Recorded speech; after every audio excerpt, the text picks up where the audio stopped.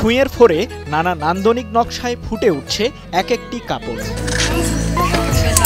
এভাবে সুই সুতায় নানা আলপনা এঁকে টুপি বানিয়ে আয় রোজগার করছেন গ্রামের শতাধিক নারী।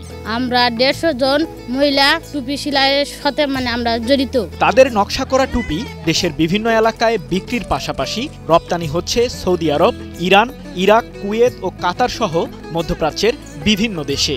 এটা মূলত ওমানে চলে যায়, যে মুসলিম যে কান্ট্রিগুলো আছে সেখানে। মহাদেবপুর উপজেলা শহর সংলগ্ন খোসালপুর, চকগোবিন্দপুর, মধুবন এবং শহর থেকে প্রায় 25 কিলোমিটার দূরে উপজেলার উত্তরগ্রাম ইউনিয়নে নিভৃত গ্রাম শিবরামপুর, ভালাইন, সুলতানপুর, রামচন্দ্রপুর, হেরেমগড়, বিল মোহাম্মদপুরে সংসারের কাজের ফাঁকে দৃষ্টিনন্দন টুপির কারুকাজে ব্যস্ত গ্রামের প্রতিটি পরিবারের নারীরা। টুপিটা যে সেলাই করি, সংসারে যেগুলো কাজ থাকে এগুলো কাজ সম্পন্ন করার পরও যেগুলা কাজ পাই, সময় পাই আর কি, সময়ের সাথে সাথে এগুলা কাজগুলো করি।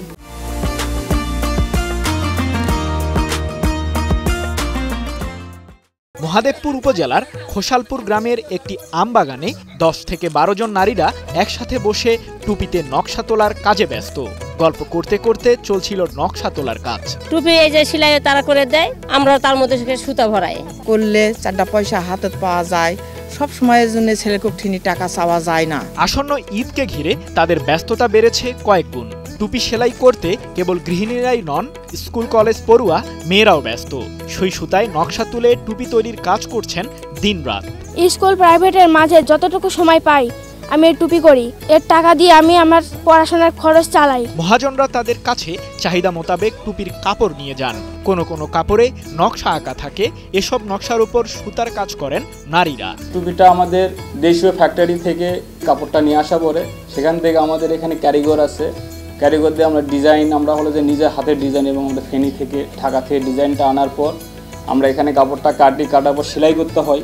সেলাই করার পর আমাদের কারিগর দিয়ে প্রসেসিং করে আমাদের তেল বুলো আয়রন করে আমাদের বিভিন্ন ধরনের কাপড় আসে, রোল কাপড় আসে টেক্সটাইলে, বিভিন্ন টেক্সটাইল থেকে আসার পর এটা আমাদের মেশিন সেলাই হয়। তবে সারা বছর টুপির চাহিদা থাকলেও রোজার মাস ও 2 ঈদে টুপির চাহিদা বেশি থাকে।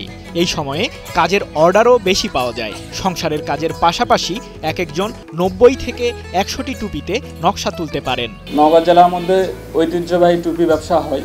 এখানে ওমানি টুপিটা বিক্রিটা হয়। এখানে মূলত 2 ধরনের কাজ হয়, মাছ কাটা এবং গুটি সেলাই। এক এক টুপি বানিয়ে 15 টাকা পান কারিগরেরা। এই একটা টুপি ঘের চাঁদি সহ আমরা 15 টাকা পাই। টুপিতে নকশা তোলার কাজ হওয়ার পর ওইসব টুপির উপরে ও নিচে 2টি অংশে রেশমি সুতা লাগানোর কাজ করা হয়। এগুলো গ্রামের কারিগররাই করে। কাজ শেষ হলে ওই টুপিগুলো তাদের লোক গিয়ে সেগুলোকে নওগাঁতে নেওয়া হয়। এখানে মূলত কাজটা হয় ডিজাইনের কাজটা হওয়ার পর তারা ডিজাইন নিয়ে তারা গ্রামের যে মহিলা আছে সিঙ্গার মেশিন থেকে শুরু করে মেশিনে সেলাইটা হয়। সেলাই হওয়ার পর তারা হাসু ভরানো হয়। হাসু করার পর চেন সেলাই হয়, মাছ কাটা এবং দানা, এই দুটো সেলাই হওয়ার পর তারপর জিনিসটা আমাদের দেশীয় কিছু ব্যবসায়ী আছে, বিদেশি কিছু ব্যবসায়ী আছে, তারা এসে আমাদের সাথে যোগাযোগ করে আমাদের কাছ থেকে প্রোডাক্টটা নিয়ে এটা পুরোটাই বাইরে চলে যায়। তবে সূক্ষ্ম এই কাজে বেশ শারীরিক যন্ত্রণা পোহাতে হয় কারিগরদের। এই টুপিটা যে সেলাই করি খুব কষ্ট করে। সেলাই করার পর দেখা গেল যে হাতে সুই ফুটে ব্যথা করে, মাজা ব্যথা করে, হাঁটু ব্যথা করে, উঠা বসা যায় না, বসে থাকে মাজা ক্যানকেনায়। তাও জীবনের অধিক ভরা করে এই কাজটা করতে হয়। এ শিল্প থেকে প্রতি বছর অন্তত প্রায় 100 কোটি টাকার বৈদেশিক মুদ্রা আয় করছেন স্থানীয় উদ্যোক্তা ও ব্যবসায়ীরা। নারীদের প্রয়োজনীয় কারিগরি প্রশিক্ষণ দেওয়ার পরিকল্পনা রয়েছে বিসিকের। পাশাপাশি এই হস্তশিল্পকে আরও এগিয়ে নিতে উদ্যোক্তারা চাইলে তাদের সহজ শর্তে ঋণ পেতে সব ধরনের সহায়তা দেয়া হবে বলে জানান নওগাঁ বিসিক শিল্পনগরীর উপব্যবস্থাপক শামীম আক্তার মামুন। বিসিক যেটা কাজ করে যে আপনার ঋণ নিয়ে কাজ করে, তাদের আর্থিক বিভিন্ন ধরনের প্রণোদনা আমরা দিয়ে থাকি। তো আমাদের যেটা বর্তমানে যেটা একদম উদ্যোক্তাদের জন্য একদম গ্রামীণ পর্যায়ে যারা ছোট উদ্যোক্তা, একদম নারী উদ্যোক্তাদের জন্য একদম সরল সুদে 5% এবং পুরুষ উদ্যোক্তাদের জন্য আপনার 6% সুদে আমরা কিন্তু তাদেরকে ঋণ দিয়ে থাকি। তো এটা একটা বড় একটা সুবিধা তাদের হতে পারে।